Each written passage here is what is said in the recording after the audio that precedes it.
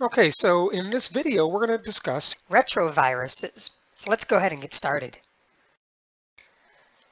As far as viruses go, there are several different categories and types of viruses, but retroviruses are a specific type of RNA virus. And what makes them so unique is that they possess an enzyme by the name of reverse transcriptase. Typically, if you look at molecules, and if a molecule ends with the letters ASE, it's some kind of enzyme, and that's what reverse transcriptase is. Now, in the name reverse transcriptase, reverse means to go backwards. And when you hear the word transcriptase, perhaps you think of the process of transcription. So when we get into this video in a little bit, what you're going to see is the process of transcription going backwards. That'll be more clear when we get further into the video. So in my picture here, there's this red circle labeled reverse transcriptase, and there's other enzymes in the retrovirus as well. One very important enzyme is an enzyme called integrase, and you'll understand why it's called integrase later. Notice how there's also an outer envelope that surrounds the entire retrovirus, and also an inner capsid that surrounds the nucleic acid and the enzymes. Well, what we're going to do is we're going to look at the steps that a retrovirus goes through in order to replicate. So you have the key in the upper left-hand corner so you know what everything is in my animation. So how this process begins is the retrovirus will attach and then enter into the host cell. So here comes our retrovirus, and it's just attached to the cell membrane of the host. The outer envelope of the retrovirus is a phospholipid bilayer. So the two fuse together. And as they fuse together, the retrovirus is taken into the host cell. Well, now watch what happens to the yellow capsid. The yellow capsid is dissolved and begins to break down. This releases the enzymes of the retrovirus and the RNA nucleic acid of the retrovirus. So the next step is going to be the process of reverse transcription. Now, normally when I hear the word transcription, I think of this. A DNA molecule is used to create an RNA molecule.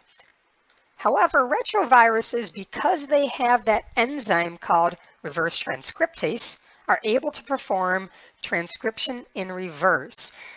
Reverse transcriptase will actually bind to the virus RNA and perform reverse transcription. The viral RNA will be used to build a molecule of viral DNA. And eventually the enzyme reverse transcriptase is degraded and broken down, but more importantly, the retrovirus has created viral DNA for itself. And you're going to see why that's important right now. So as we move on to the next step, the DNA of the virus that was just created will actually enter into the nucleus along with the enzyme called integrase. Now there's a reason I've drawn integrase to kind of look like a pair of scissors here to be symbolic of what it performs. Integrase will actually cut open the DNA of the host cell, and it's called integrase because it helps to integrate the DNA of the virus into the DNA of the host cell. That's why it's called integrase. And what this creates is this combination of host cell DNA and viral DNA that is known as a provirus. And so now when we look at the next step, viral RNA will be created each time the host cell transcribes its DNA. So inside the host cell are enzymes that will direct the normal process of transcription, which is using DNA to make a molecule of RNA. So in the nucleus, here's an enzyme that the cell possesses, and it will do normal transcription. Notice what it did though. It made a copy of not cell RNA, it made a copy of viral RNA. And so this happens many, many times.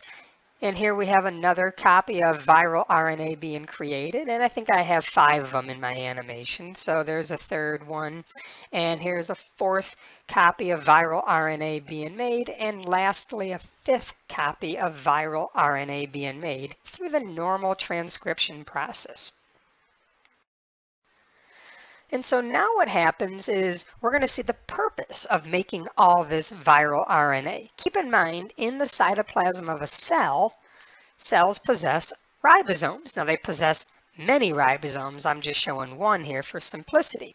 So what happens is the viral RNA attaches to a ribosome, and through the process of translation, the ribosome will read the viral RNA and create viral proteins.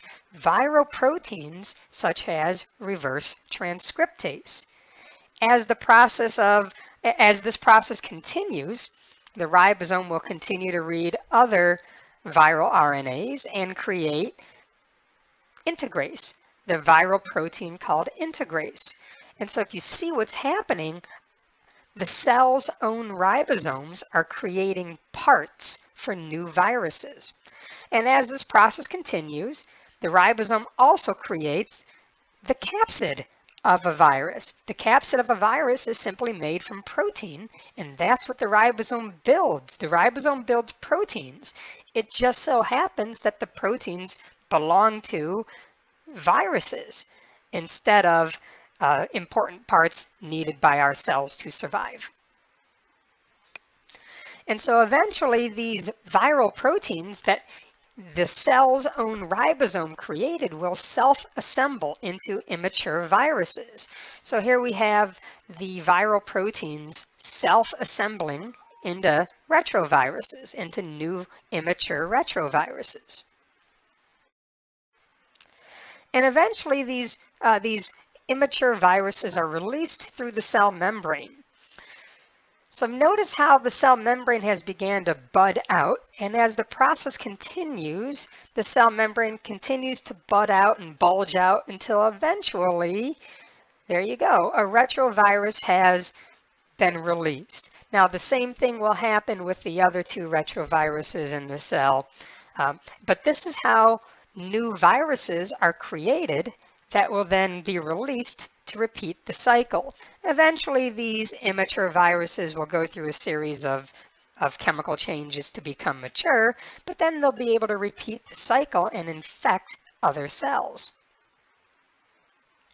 If we finish this video with a quick summary of what we've learned, here's a retrovirus entering its genetic material into a host cell. And then the process of reverse transcription is performed to make DNA of the retrovirus. That viral DNA is then integrated into the host cell's DNA, into the genome of the host cell. This process will then direct the duplication and the creation of a whole bunch of viral RNA and viral proteins. The viral RNA and proteins will self-assemble into new retroviruses that will be released.